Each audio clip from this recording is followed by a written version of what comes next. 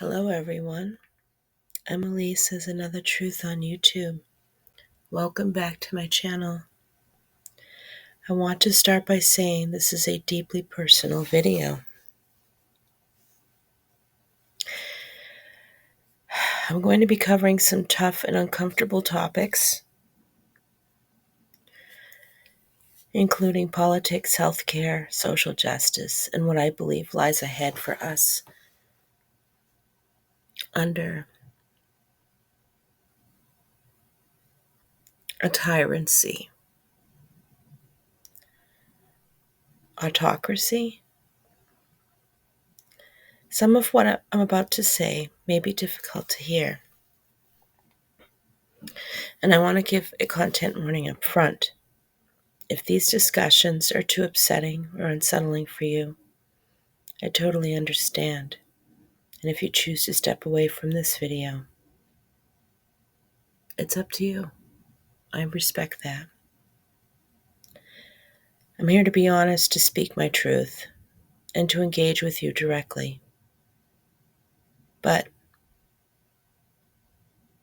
it's something that I also want to be mindful of, that some of these topics can trigger strong emotions. And some of you aren't going to like what I say.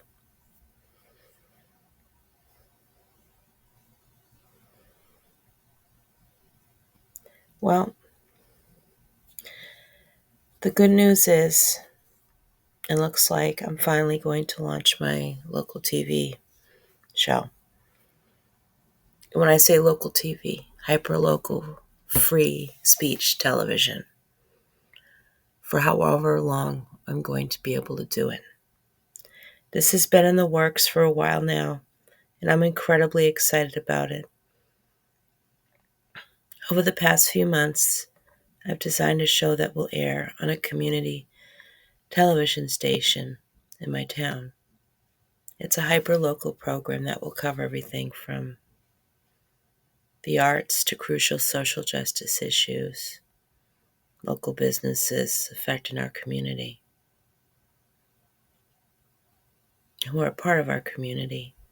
I've put a lot of thought and consideration into this project, and while there were times I set it aside, I'm finally moving forward because I feel the time is right. I want to serve my community once again in a meaningful way, highlighting the things that make our town unique and important.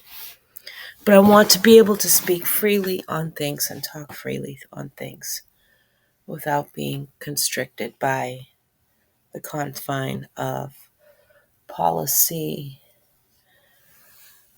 and rules, though those are important for the community-based work that I do that is connected to the government.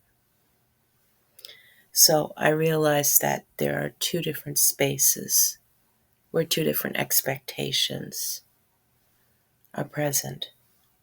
And I can make that distinction, still appreciate both, and still do both. I don't have to choose one over the other. This isn't going to be a show just for one demographic or interest group. It's for everyone. I want to showcase a wide range of people, from local artists to small business owners to activists fighting for social change. Now, I'm passionate about the idea of building bridges and showing the diversity and resiliency of our community in more ways than one. If it's successful, I may even stream it on my YouTube channel, either this one or a secondary one. I'll keep you all posted if you want to see me in action. Now on to something a little more personal, a memory that's always stayed with me. In the background of this video, you can see the iconic shell design on Memorial Drive in Cambridge, Massachusetts. Some of you might recognize it if you're local or if you've seen it in history articles and so on. It's been there since the 1930s, I believe, and it's always stood out to me because it's so unique because of its unassuming position at daytime and its prominency at nighttime when it's lit up. To me, or to this day, it remains one of the few remaining signs of that era in that area.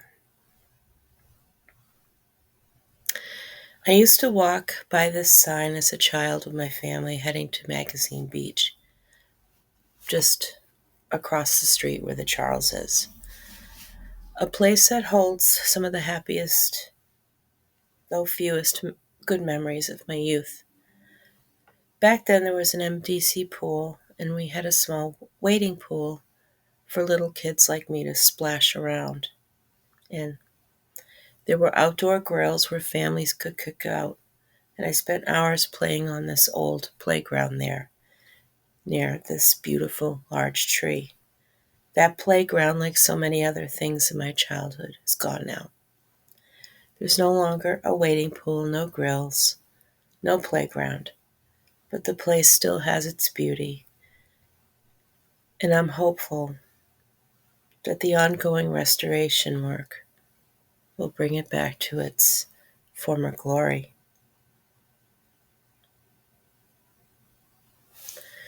Now, the history behind this Shell station is interesting.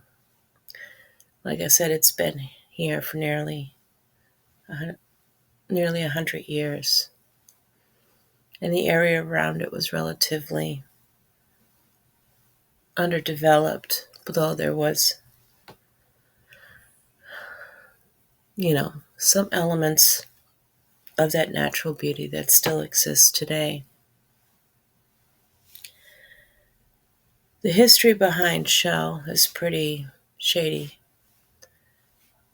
It apparently fueled the Nazi war machine, of all things.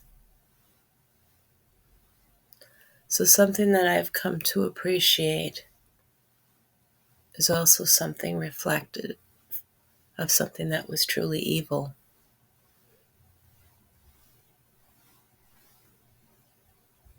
So while it serves now to serve as a relic of the past, this sign anyway, and what it provides people who need to fuel their car going back and forth, it was once something that was directly responsible for supporting an evil regime. Something that we're staring in the face at the moment. We are deeply in a time now of political division, but it's worse than that. I want to talk about what's at stake in this current climate, specifically when it comes to the president-elect second presidency. To put it plainly, his plans for this country would devastate the progress he fought so hard to achieve.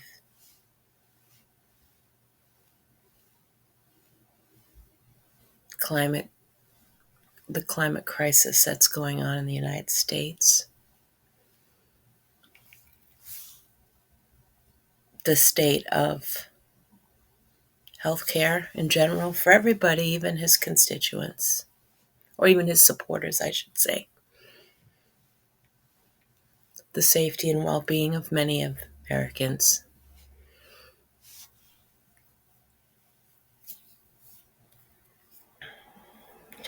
The state of our friendships once again, who we can trust and who we cannot. Our lives, our health care, our families.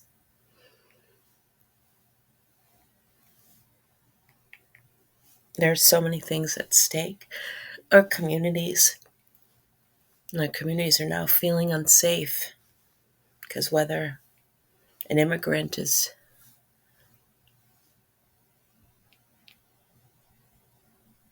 documented or not, they're gone. He's going to do what Nazi Germany did and deport them. And God knows what else.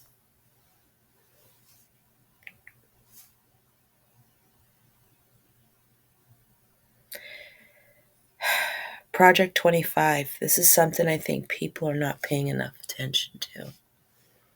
Project 25 is a name being used to describe an ominous plan that's gained traction and has been successful in convincing Trump's supporters that they're going to have the white Christian America that they've always wanted. Meanwhile, they'll be very much directed by that plan. It's essentially a strategy for reshaping the federal courts and the broader judiciary system in a way that will forever alter the fabric of what's left of American democracy. This project's goal is to solidify control over the judicial branch by installing conservative, far-right judges who align with Trump's vision for the country. Trump's vision, not yours, regardless of how extreme that vision might be. The idea behind it is that the next GOP administration, Trump administration, I won't even dignify it by calling it a Republican administration, will pack the courts with ideologically aligned judges, maybe even death panels, to ensure conservative policies are upheld for generations to come. It's not just about stacking courts for the next election cycle. It's about permanently reshaping the legal landscape in a way that protects disgusting and evil right-wing ideologies, even in the face of public opposition for those who care. These judges would be in place for life, and their decisions would shape everything from voting rights to reproductive rights to health care access for decades. And for some of you who thought it was sly to say that you would support Kamala Harris, go behind people's backs and vote for Trump, betraying communities, they're going to come for you too. You're not going to be able to save yourself from breast cancer, from perimenopausal symptoms, from anomalous pregnancies, unintended pregnancies. You'll be suffering from Victorian era diseases. You don't care. Because in your fucking minds, you think you're immune to that. Because you think that Trump's going to protect you. He's going to protect you whether you like it or not. When a man tells you what he thinks of you,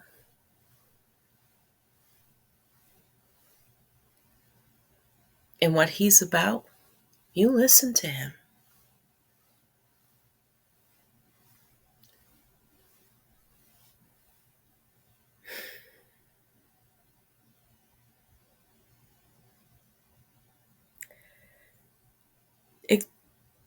This will succeed now that Trump has been appointed King of the United States of America.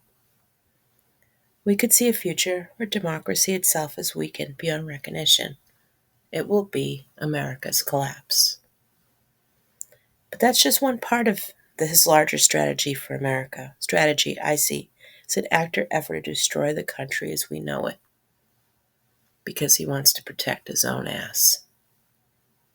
And he could be made as a puppet. Trump wants to get out of prison, wants to be Hitler. The people behind him will be even more evil than he is. You can kiss everything you know goodbye. What's astonishing to me, well, it shouldn't be astonishing to me, it's typical. For as much as that we've seen white women, conservative women come out to say, this is important, I want my rights, blah, blah, blah. They were the same assholes who voted for Trump this election. And more white women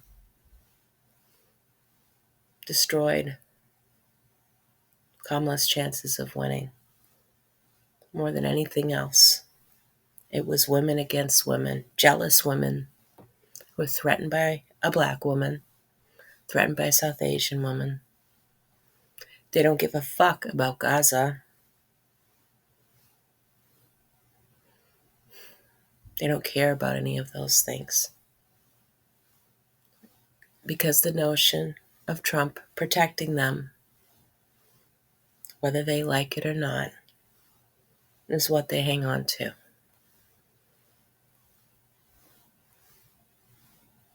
Trump isn't going to protect them. Trump hates women. This man hates women, despises them. He's used them, abused them, raped them, exploited them.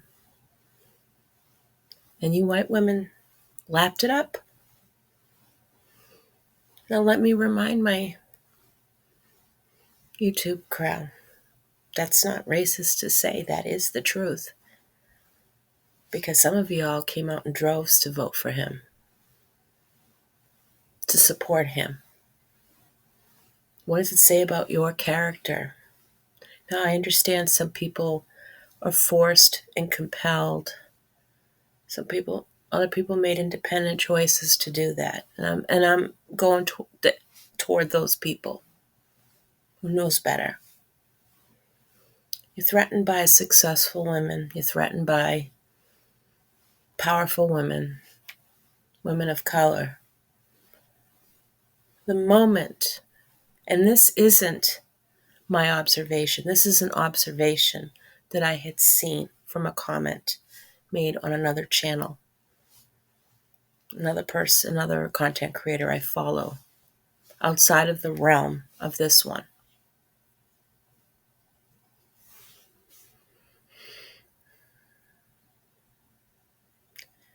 That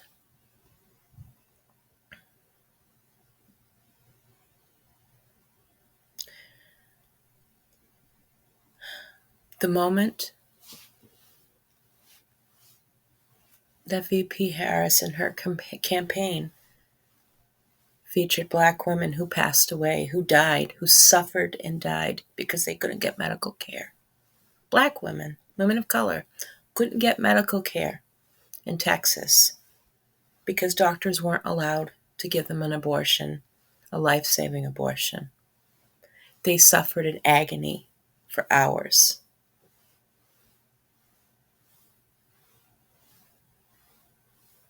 I swear the moment, and that person, that respondent was so on target with that. At the moment that she started doing that, white women became offended. And there were white women who had that anomalous, that were featured, but they had the access to get care. But there have been white women who died. But as soon as the focus was on women of color, white women went fucking nuts. Again, let me remind you, I'm a white woman in my early 50s.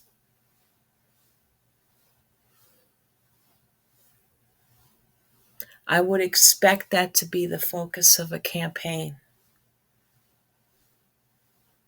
Because black women are more likely to die from these types of horrifying refusals of treatment against their human rights than white women. The infant mortality rate and the maternal mortality rate for black women are higher. But the United States has always held claim to black bodies, especially either keeping people in prison, murdering them in the street just for being black, or women dying and leaving their children orphaned. That's exactly what happened in some of the examples. Some of those stories that Kamala Harris had featured in her campaign.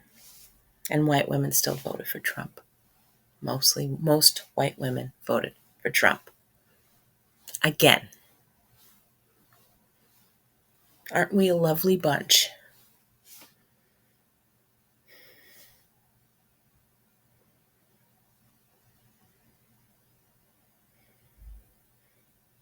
Trump's vision for America is one where inequity, hatred, and division and complete annihilation of groups of people reigns supreme. He doesn't care about Gaza. He'd love to see that wiped off the face of the earth. In fact, he put that so-called Muslim ban back in his earlier administration. I don't know why people thought Trump was going to take care of that.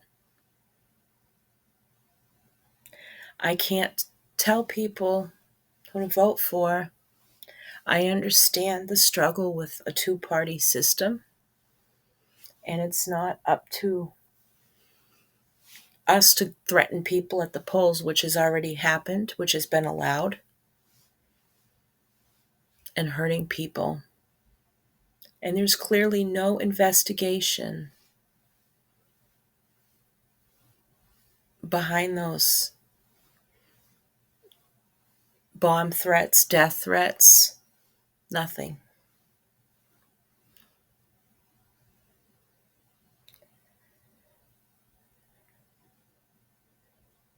Under his leadership, we've seen the rise of xenophobia,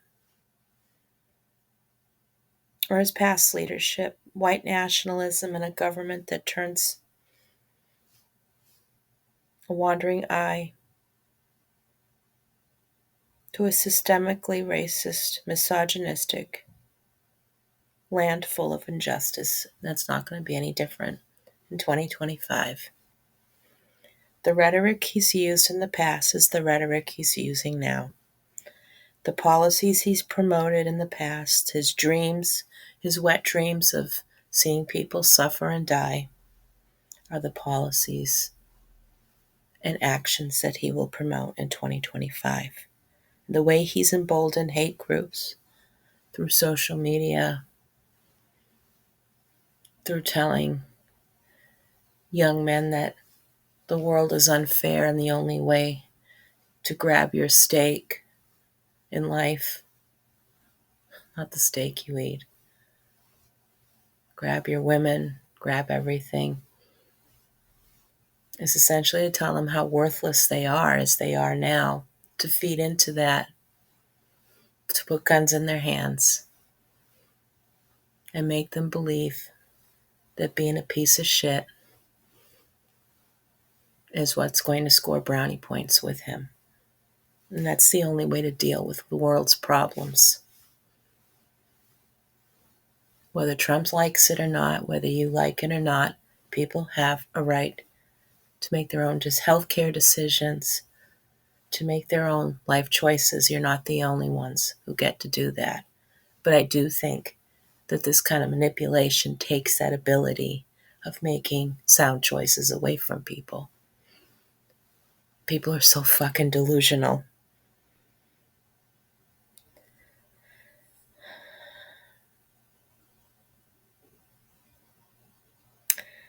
These types of things are just not passing moments in history. These are dangerous shifts in the political and cultural landscape that could take years to undo, if they can be undone at all. Let's take healthcare, for example. If he gets another 4 years, which he is, well, in his eye, we'll never have to vote again. What does that fucking mean to you? I fear for the millions of people who rely on programs like the Affordable Care Act, Medicare, Medicaid, and so on will suffer. Trump has made no secret of his desire to dismantle these programs, cutting access to health care for some of the most vulnerable populations in the country. But it's not going to stop there. If JFK Jr. is part of his administration, there will be no vaccinations. You will see diseases from the Victorian era in this country return. You'll see children dying before they're 1. All the Healthy Start programs, Head Start, all the things that keep our children healthy will disappear because people voted for Trump do not give a fuck about their children, their children's future. I'm going to say that. If it offends you, I don't care. I'm tired of being fucking nice.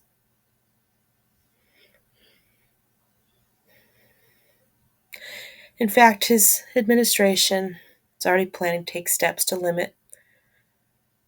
it's already taken limit to destroy reproductive health care with the dismantling of Roe versus Wade, of access to health care, LGBTQIA plus rights, and the essential treatments that millions depend on. Forget about AIDS education. All that stuff will be scrubbed. All of it, just like he did the first time around. The climate crisis, all that information and data he will seize and destroy. Now more than ever, we need to fight for universal health care access, not just for wealthy or the privileged, but for everyone. If people in power continue to erode these protections, the most vulnerable among us will bear the brunt of consequences, but it will also affect the people who voted for Trump. Support Trump, not just voted for him. Support him. Worship him. I've been reflecting on what it means to be a woman, human being in this country today, especially as I get older.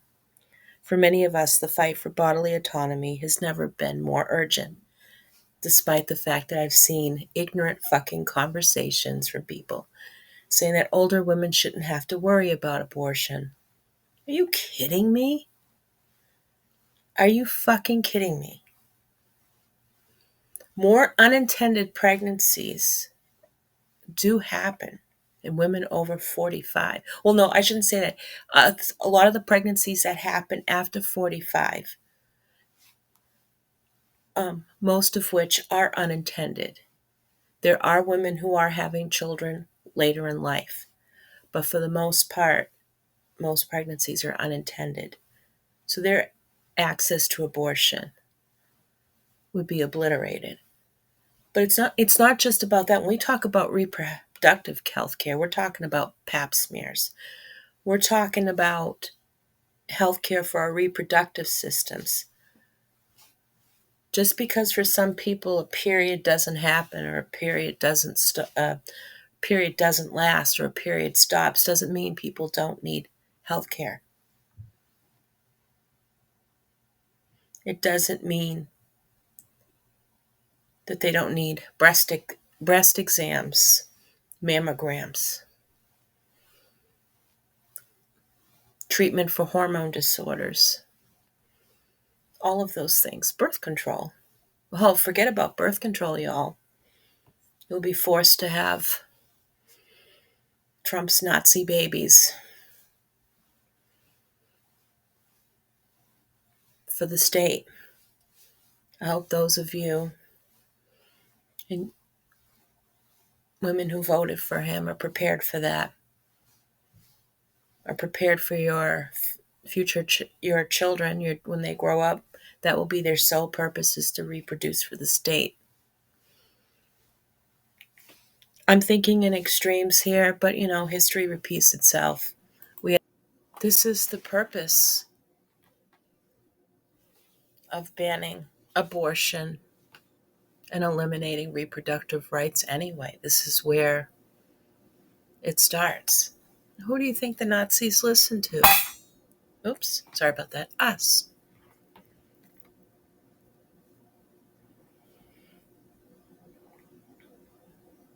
Think about the overturning of Roe versus Wade, the increasing criminalization of abortion, the refusal to grant women access to basic health care services, which ended up killing women, and the lack of support for women's health issues after a certain age. Trump's agenda, fueled by an ultra conservative base, aims to turn back the clock once again on women's rights, especially when it comes to reproductive health and access to safe procedures. And I say safe procedures because, regardless of an abortion ban, there will be those back alley abortions. And yes, those are criminalized, but women will do it and they will suffer and die from septic infections. No one should be forced to carry a pregnancy, a pregnancy resulting from rape, a pregnancy that they don't want to have.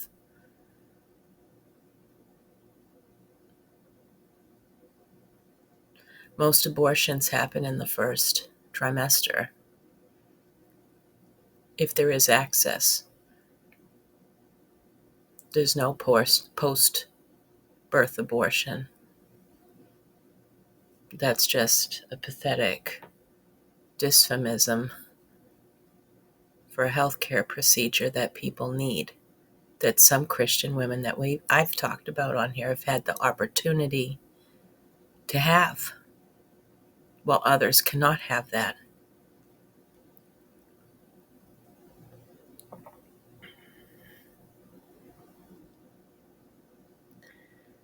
But it's not just women's rights that are at risk. I'm also incredibly concerned about the rights of transgender people in whole, especially transgender women and men living in red states who are facing increasingly hostile environments.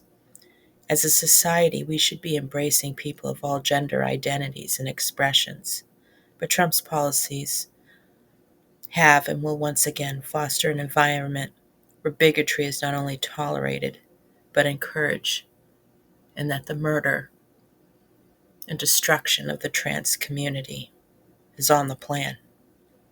Transgender people are living in fear right now, and that's something that should not be ignored. Now, what about health care for marginalized groups? Targeted groups. I would say they're targeted. I want to address this head on. Under a Trump administration, people of color, especially Black women, as I've discussed before, will continue to suffer and die. The maternal mortality rate, once again, for Black women in the United States is already shockingly high, and the new policies will only make it worse. When Black women can't get the health care they need, when their health is dismissed, their pain is dismissed, and when they're left to fend for themselves, that's not just a health care crisis. That's a clear human rights crisis. It's not just health care, it's the entire system. Trump's vision is a vision of division, fear, and inequity, but it's also of destruction, death, and desolation. His policies will hurt the most vulnerable and keep those in power entrenched in their privilege. The wealthy, the white, the conservative, those are the ones who benefit. If you're a poor white, you're fucked. And even if you are of a higher standing, class-wise, community-wise, if you're a woman, you're just a second-class citizen, a breeder for the state. The rest of us will certainly suffer. Whatever happens, we need to still fight for change. We need to fight for justice. We need to fight for a future where everyone has equal access to health care, where women's rights are respected, and where people of all identities are treated equally.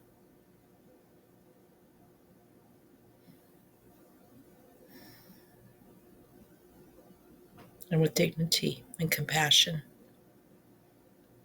It won't be easy because there could be a complete elimination of free speech in the country. And anybody who speaks out will be on Trump's hit list. They already have hundreds of people on that list who they're going to go after as a means of revenge. This isn't funny. This isn't protecting your rights. This is tearing your rights apart. Remember, white women turned on women this election. They weren't the only people, but this has been a consistent thing. And the men who voted for Trump don't want women to have their own minds. They want to be able to hold on to women's labor, hold on to women's income, independence, and their reproductive lives because they can't manage those things on their own. They don't want to.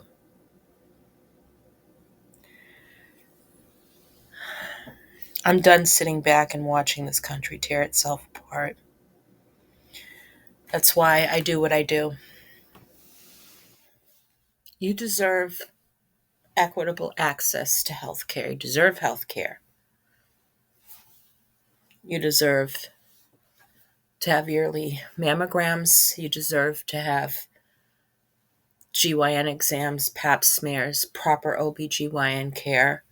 You deserve to have therapeutic and elective abortions. You have the right to have your pain addressed appropriately and not ignored, or symptoms not ignored.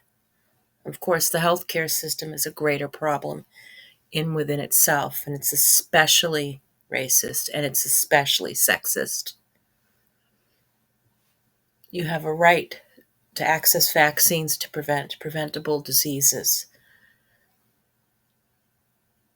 and to lower the intensity of other diseases. You have a right to cancer care. You have a right to gender affirming care. You have a right to these things. These are your human rights.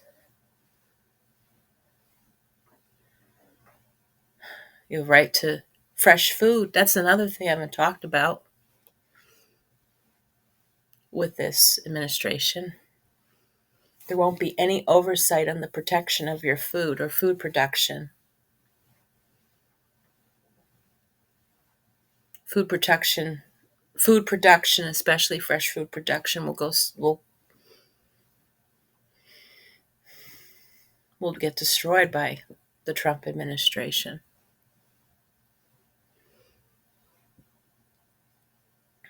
You're going to be paying more for things more than ever before. You think inflation's bad now. Wait until he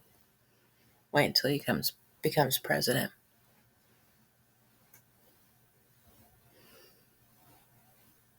Or he's sworn in, I should say. They're already planning it. They've been planning this for decades.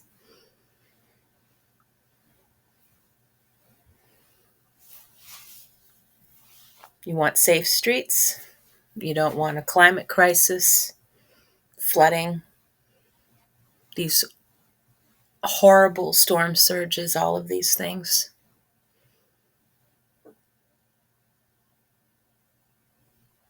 You voted for the wrong person.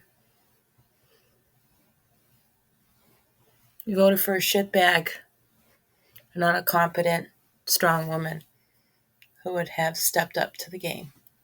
You want the situation in Gaza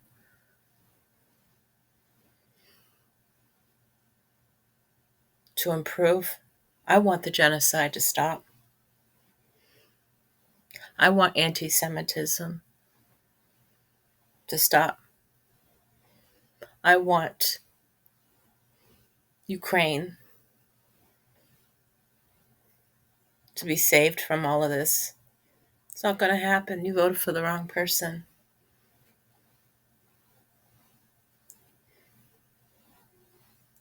All your fear and vapid selfishness, it's going to be your own undoing.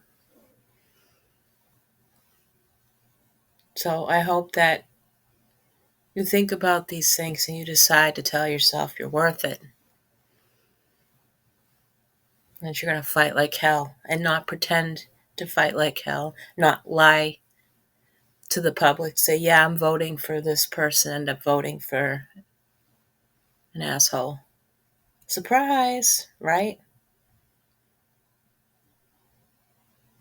You did it to yourselves. When are you going to learn that you deserve human rights? You deserve civil rights. You deserve healthcare rights.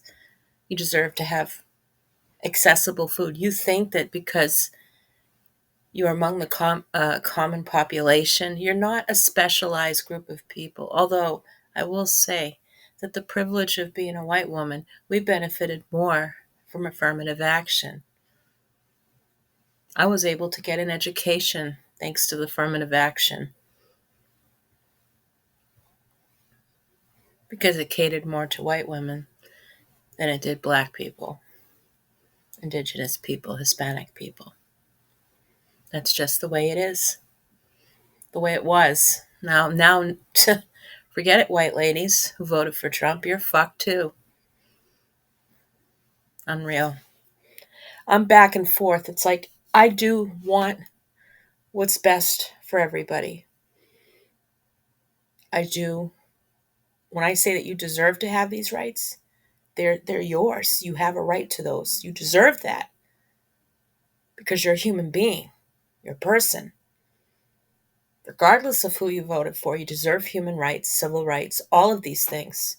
You think it's something for a protected class of people. You people are dumb who think that way. And I'm sorry, stupid is the appropriate word. You are part of this. You are part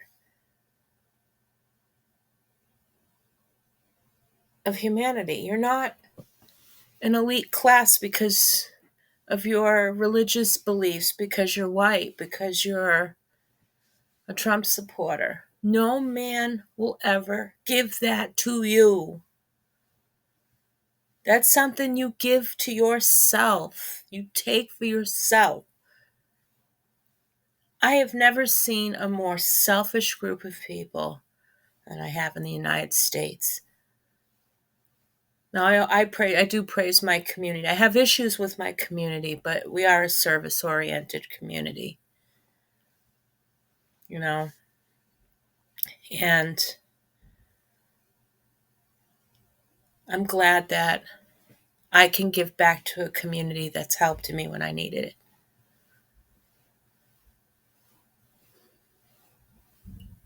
Makes me feel good to do that. Not everybody can do it.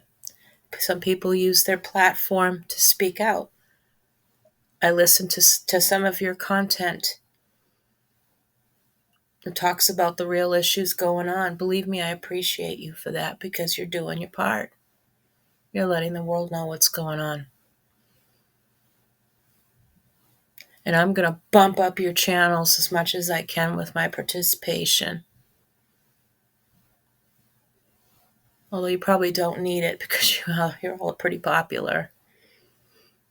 And I like seeing that. I like seeing people succeed, doing well for themselves. Even though I think that what you did in this election was the shittiest thing you could have ever done.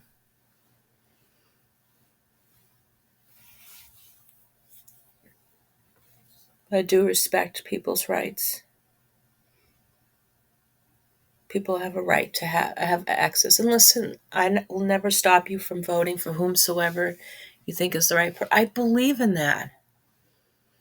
But I also know there are consequences to that. And we're going to face the biggest consequences of our lives. And that will be the destruction of any possibility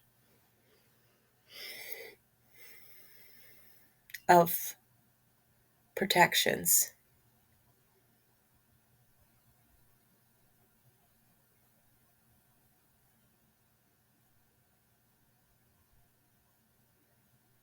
I don't know what else to say. I know I'm going back and forth between telling you how I feel. It's very negative to saying that you deserve to have these rights because both in my eyes are true.